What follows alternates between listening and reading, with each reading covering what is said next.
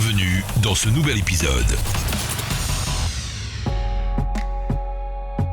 De l'info, du savoir-faire, des expériences, du partage, c'est le bar de l'économie tous les matins de 9h à 10h30. Une info, un message, une manifestation, contactez-nous. Bonjour à toutes, bonjour à tous, ravi de vous retrouver. Nouvelle édition du bar de l'économie et aujourd'hui, nous allons parler de vos droits. Nous allons parler même du droit des sociétés et du droit social grâce à Sébastien Thau. Bonjour, bienvenue. Bonjour, merci de m'accueillir. Vous êtes spécialiste, vous êtes avocat en droit des sociétés et en droit social. Sous le nom de votre cabinet s'appelle EvoDroit, justement, EVODROIT tout simplement.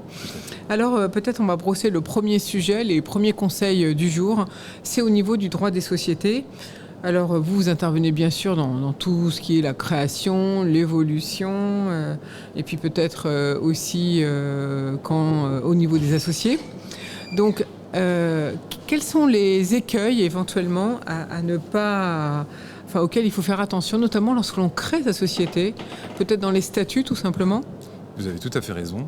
C'est une situation que nous devons envisager dès le départ, puisque les statuts constituent l'acte fondateur de l'entreprise et que des statuts qui ne seraient qu'un simple copier-coller de ce que nous trouvons très facilement sur Internet, ces statuts peuvent se révéler inadaptés, soit à l'évolution de l'entreprise, soit tout simplement au moment d'un litige.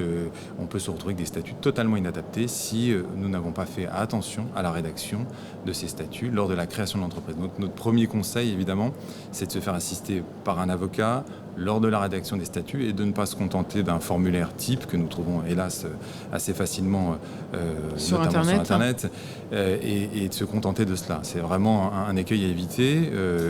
On trouve hélas le résultat de cette pratique lorsque un conflit va naître entre les associés. Parce que c'est vrai que sur Internet, il y a des bases de statuts qui sont données. Ça peut être intéressant après tout, mais en fait, il faut quand même réfléchir à notamment les convocations d'assemblée, qu'est-ce qui est mis dans telle ou telle assemblée, les délais, je sais pas moi, plein de petites choses comme ça qui ne sont pas forcément détaillées dans tous ces formulaires de texte tout près.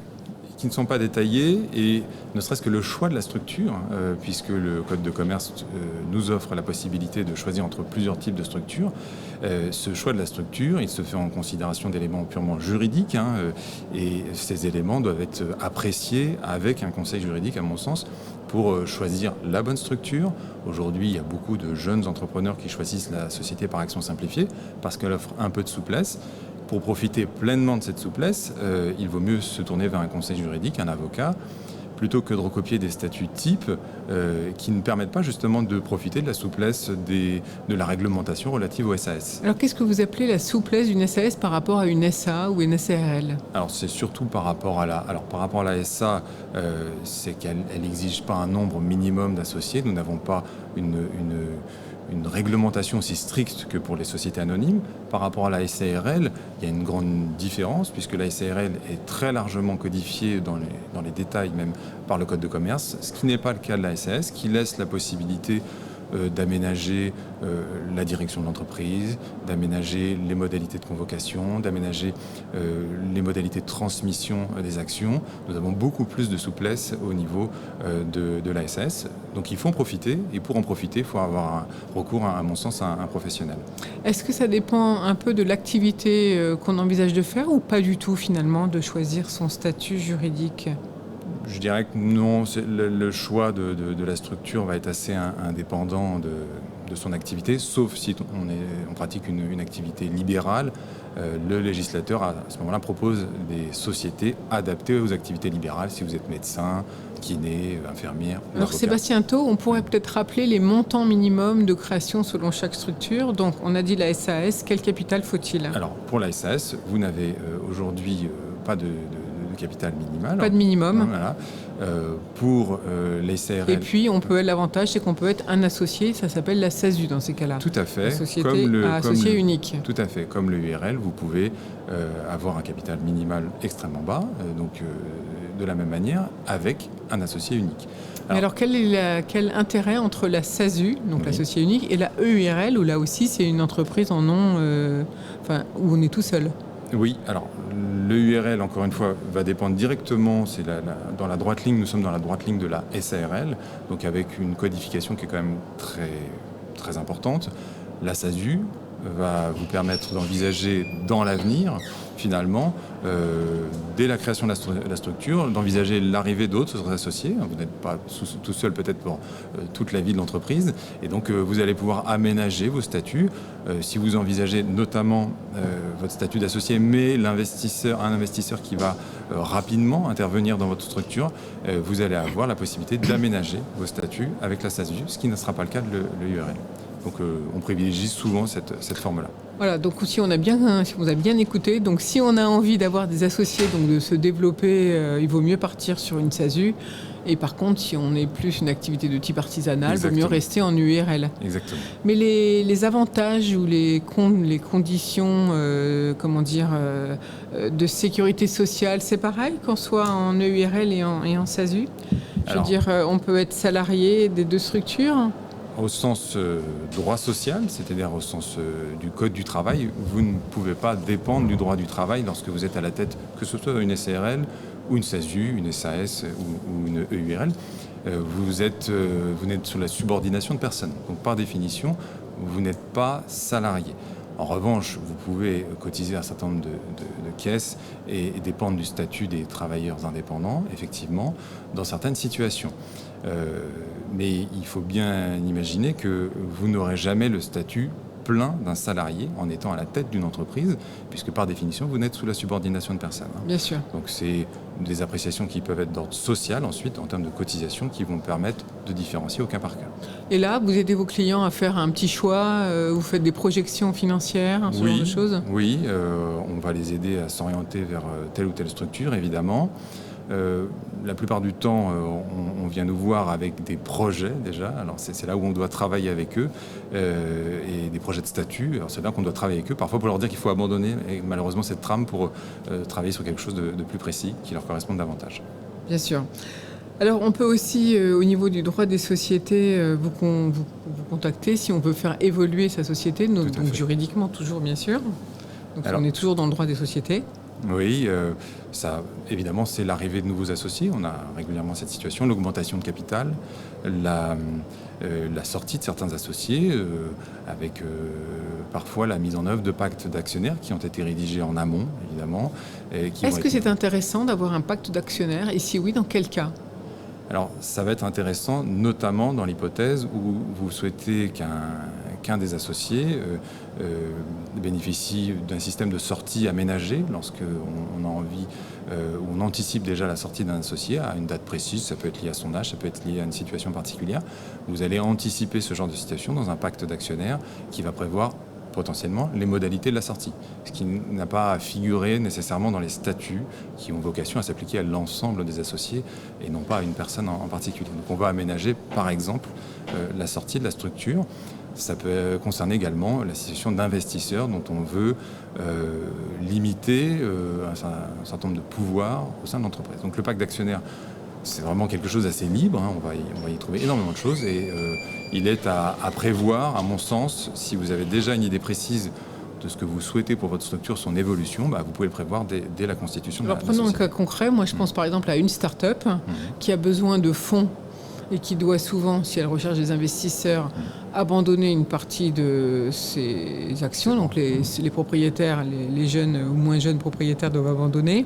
Et dans ces cas-là, si on veut limiter l'impact du fonds, on peut tout prévoir dans un document annexe qui s'appelle le pacte d'associés, c'est bien ça? Voilà, l'idée c'est dans ce pacte d'associés, de ce pacte d'actionnaires en l'occurrence en matière de société anonyme ou SAS, vous allez prévoir une limitation des pouvoirs de l'investisseur. C'est ce que viennent demander les jeunes entrepreneurs lorsqu'ils viennent au cabinet en disant nous sommes 2, 3 actuellement, nous avons ce projet, cette idée, on sait que dans quelques mois on va pouvoir lever des fonds, mais on voudrait garder la main sur notre projet et c'est en accord d'ailleurs avec l'investisseur. Donc on va le prévoir dans le pacte.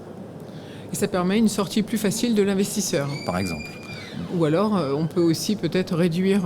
Est-ce qu'on peut modifier les votes, la puissance des votes? On peut avoir des modalités d'expression du vote. Parce que ce que je veux dire, pour que j'explique à l'auditeur, c'est que si on a un certain pourcentage de part de la société, on peut éventuellement avoir plus ou moins de pouvoir au niveau des votes. On est d'accord? Exactement. C'est ça qu'on peut moduler également. Qu'on peut moduler, et c'est tout l'intérêt de ces structures plus souples que par exemple la SARL. On évoquait tout à l'heure la situation de la SARL.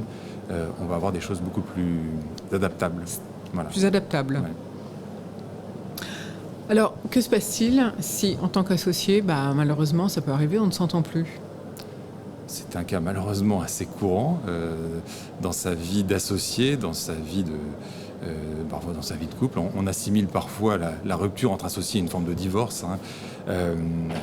Nous sommes régulièrement consultés pour ce genre de sujet, hélas, un peu tard. Alors, on va rapidement faire un audit de la situation de l'associé. Est-ce que ses droits ont été respectés jusqu'alors? Si il n'a pas été convoqué régulièrement, s'il n'a pas pu participer régulièrement aux assemblées générales, si ses droits de vote n'ont pas été respectés de manière générale, eh bien, nous allons pouvoir remettre en cause un certain nombre de décisions qui ont été prises et qui peuvent être préjudiciables à l'associé qui vient nous consulter. Ça arrive trop régulièrement parce que les statuts n'ont pas été aménagés au cours de la vie de l'entreprise. La situation est restée figée en droit. Dans les faits, la situation des deux associés ou des associés a évolué et on se retrouve finalement avec un écart trop important entre le droit et la situation des associés. Et au moment où un des associés va vouloir exercer son droit de retrait, il va vouloir sortir de la structure, par exemple, il va se confronter à quelque chose qui est écrit, qui n'est plus du tout en lien avec ce qu'il vit en tant qu'associé, la manière dont est gérée l'entreprise, les pouvoirs qu'il a au sein de l'entreprise, qui sont de fait par voie assez éloignés de... Et donc là, on est obligé de passer par des procédures judiciaires ou ça peut se régler à l'amiable? Ce que nous faisons en général, c'est nous enclenchons les procédures judiciaires pour préserver les délais de prescription, pour exprimer à l'autre partie tout simplement l'intégralité des droits de notre client. Et l'étape suivante, c'est la plupart du temps une tentative de négociation pour amener la structure, déjà la société, à continuer sa vie. C'est le plus important, que les salariés, l'entreprise puissent continuer leur activité en conservant, pourquoi pas, l'un des trois associés au sein de la structure, et donc aménager avec un confrère la sortie du ou des associés qui voulaient sortir.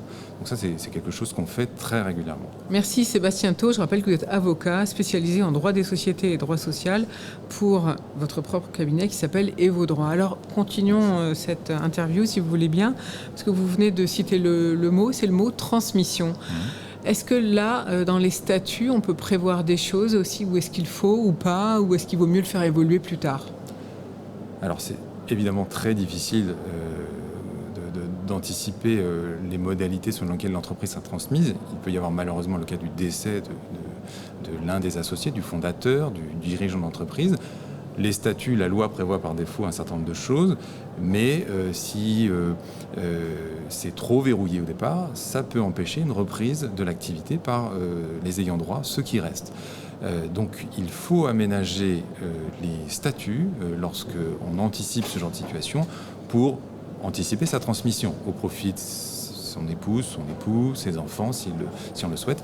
Donc il y a des chefs d'entreprise qui viennent nous consulter en envisageant soit le décès, soit l'inaptitude quasi définitive, leur incapacité à diriger l'entreprise.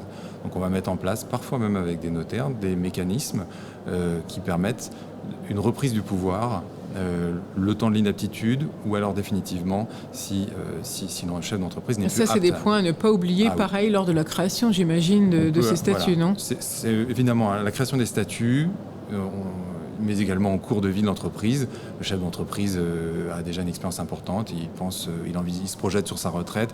On va envisager peut-être à ce moment-là les modalités de transmission de son entreprise de son vivant. Et puis, on va vérifier que les conditions en cas de décès sont adaptées à ce qu'il veut faire. Est-ce qu'il veut que ses enfants reprennent la main sur l'entreprise? Il y a la question des droits d'associés, mais il y a la question de la gérance de l'entreprise, et évidemment, il faut l'anticiper. Ouais, c'est très important. Alors, autre corde à votre arc, Sébastien Thau, c'est le droit social. Est-ce que les tensions entre employeurs et salariés se sont un petit peu atténuées avec toutes les nouvelles lois qui ont été faites ces dernières années ? Ou bien est-ce qu'il y a autant de litiges actuellement ? Alors, il y a une baisse notable des litiges. Et l'une des causes, c'est la création de la rupture conventionnelle. Beaucoup de gens connaissent ce mécanisme de rupture du contrat. Ça a pacifié un petit peu les rapports employeurs-salariés. Et de ce point de vue-là, c'est une bonne idée du législateur d'avoir créé ce mécanisme. Il reste néanmoins nombre de situations conflictuelles qui amènent à la rupture du contrat. Et c'est là, évidemment, que l'employeur va venir nous saisir, lorsqu'on est évidemment côté employeur, pour nous informer qu'il est convoqué devant le Conseil de prud'homme. Donc, c'est des situations qui peuvent être évitées si, encore une fois, le Conseil est pris en amont, auprès d'un professionnel, du droit, tant qu'à faire, sur les modalités déjà de rupture du contrat. Est-ce que l'employeur a bien envisagé toutes les modalités de rupture du contrat avant de licencier son salarié ? On peut éviter un procès de cette manière-là. Est-ce que la rupture conventionnelle est envisagée ? Est-ce que le salarié a émis des contestations sur l'exécution de son contrat qui doivent nous obliger à une réaction, la mise en place d'une enquête ? Un salarié qui se plaint de harcèlement, par exemple, eh bien, il y a des protocoles à mettre en place au sein de l'entreprise pour éviter le conflit, pour éviter l'inaptitude et le licenciement et le conflit prud'homal qui va suivre. Donc, il y a des procédures qu'il faut mettre en place, qu'on propose à nos entreprises clientes pour anticiper, en tant que faire se peut, le risque judiciaire ensuite. Donc, pour répondre à votre question, oui, les conflits existent toujours de toutes les manières. Difficile d'imaginer une collectivité d'humains vivant dans une entreprise sans conflit, mais le législateur a tendance à faire diminuer le volume de contentieux. C'est bien pour les relations sociales. Les avocats ont vocation à intervenir sur d'autres domaines. Ils libèrent un peu le contentieux et ils interviennent en amont. Ils accompagnent les entreprises, notamment sur des ruptures conventionnelles compliquées. Il vaut mieux éviter qu'un salarié écrive à son employeur de trop nombreux courriers de plainte avant d'envisager la rupture conventionnelle. On va considérer à un moment donné que la rupture conventionnelle est un petit peu factice. Elle a été mise en place pour éteindre un contentieux. Surtout, il ne faut pas laisser penser qu'il y avait un contentieux à ce moment-là. Donc il y a pas mal de conseils à envisager très rapidement pour les entrepreneurs. Sébastien Thau, j'imagine que la plupart des entreprises font des contrats de travail. Est-ce que ça existe encore, des entreprises qui embauchent sans contrat de travail ? Et dans ces cas-là, est-ce que c'est la feuille de paye qui fait office de contrat de travail ? Est-ce qu'il faut des fiches de poste maintenant ? Est-ce que c'est réglementé ? Alors, le contrat de travail écrit n'est pas une obligation légale. Alors, en matière de CDI, en matière de CDD, oui, mais en matière de CDI, non. L'embauche de salariés sans contrat de travail écrit devient de plus en plus rare tout de même. La plupart du temps, les entreprises produisent des contrats de travail qui sont, hélas, des copier-coller du salarié embauché il y a quelques mois, avec de nombreuses coquilles qui peuvent, souvent, hélas, qui peuvent se révéler assez malheureuses en cas de conflit avec le salarié. Donc, la rédaction des contrats de travail, c'est un moment important. Encore plus si le salarié a des modalités d'exercice de son activité qui sont particulières. Je vous donne l'exemple d'un salarié qui serait au forfait jour, dont le travail n'est pas compté en heures mais en jours. Il y a une réglementation très stricte, un certain nombre de vérifications avant de mettre en place une telle réglementation, une telle organisation du travail avec son salarié, faute de quoi les sanctions peuvent être extrêmement lourdes à l'encontre de l'employeur. Donc on a un vrai travail en amont sur le contrat de travail et vérifier, lorsqu'il s'agit d'un cadre, par exemple, que ce qu'on va proposer au cadre est véritablement adapté à la situation du salarié. Mais c'est possible de faire un contrat en jours et non pas en heures. Bien sûr. Dans certains cas de figure, la loi autorise les contrats de travail qui vont prévoir un temps de travail en jours. Donc vous comptez en général sur autour de 218 jours annuels durant lesquels le salarié doit travailler, avec un risque d'épuisement pour le salarié. Donc c'est pour ça qu'il faut un certain contrôle de la manière dont s'exécute le contrat de travail, faute de quoi vous mettez en danger votre salarié. Donc là-dessus, il y a de vraies interrogations, une vraie information à apporter aux chefs d'entreprise qui, parfois, on les voit, ne savent pas comment faire. Ils me disent non, on l'a employé pour 35 heures. Et il fait combien ? Il fait 50 heures par semaine. Ah, il va y avoir un problème, monsieur. Voilà, c'est le genre de situation auquel nous sommes confrontés. Merci Sébastien Thau pour ce tour d'horizon en droit social, droit des sociétés. Alors si on a besoin de plus de questions, on peut vous consulter à votre cabinet. Vous êtes installé en Val d'Oise et à Paris. en Val d'Oise, on va peut-être dire dans quelle ville. À Pontoise, très précisément. Voilà, tout simplement. Donc ça s'appelle Et vos droits. Je rappelle le nom de votre cabinet. Très bonne journée, Sébastien Thau. Merci également. Au revoir. À bientôt.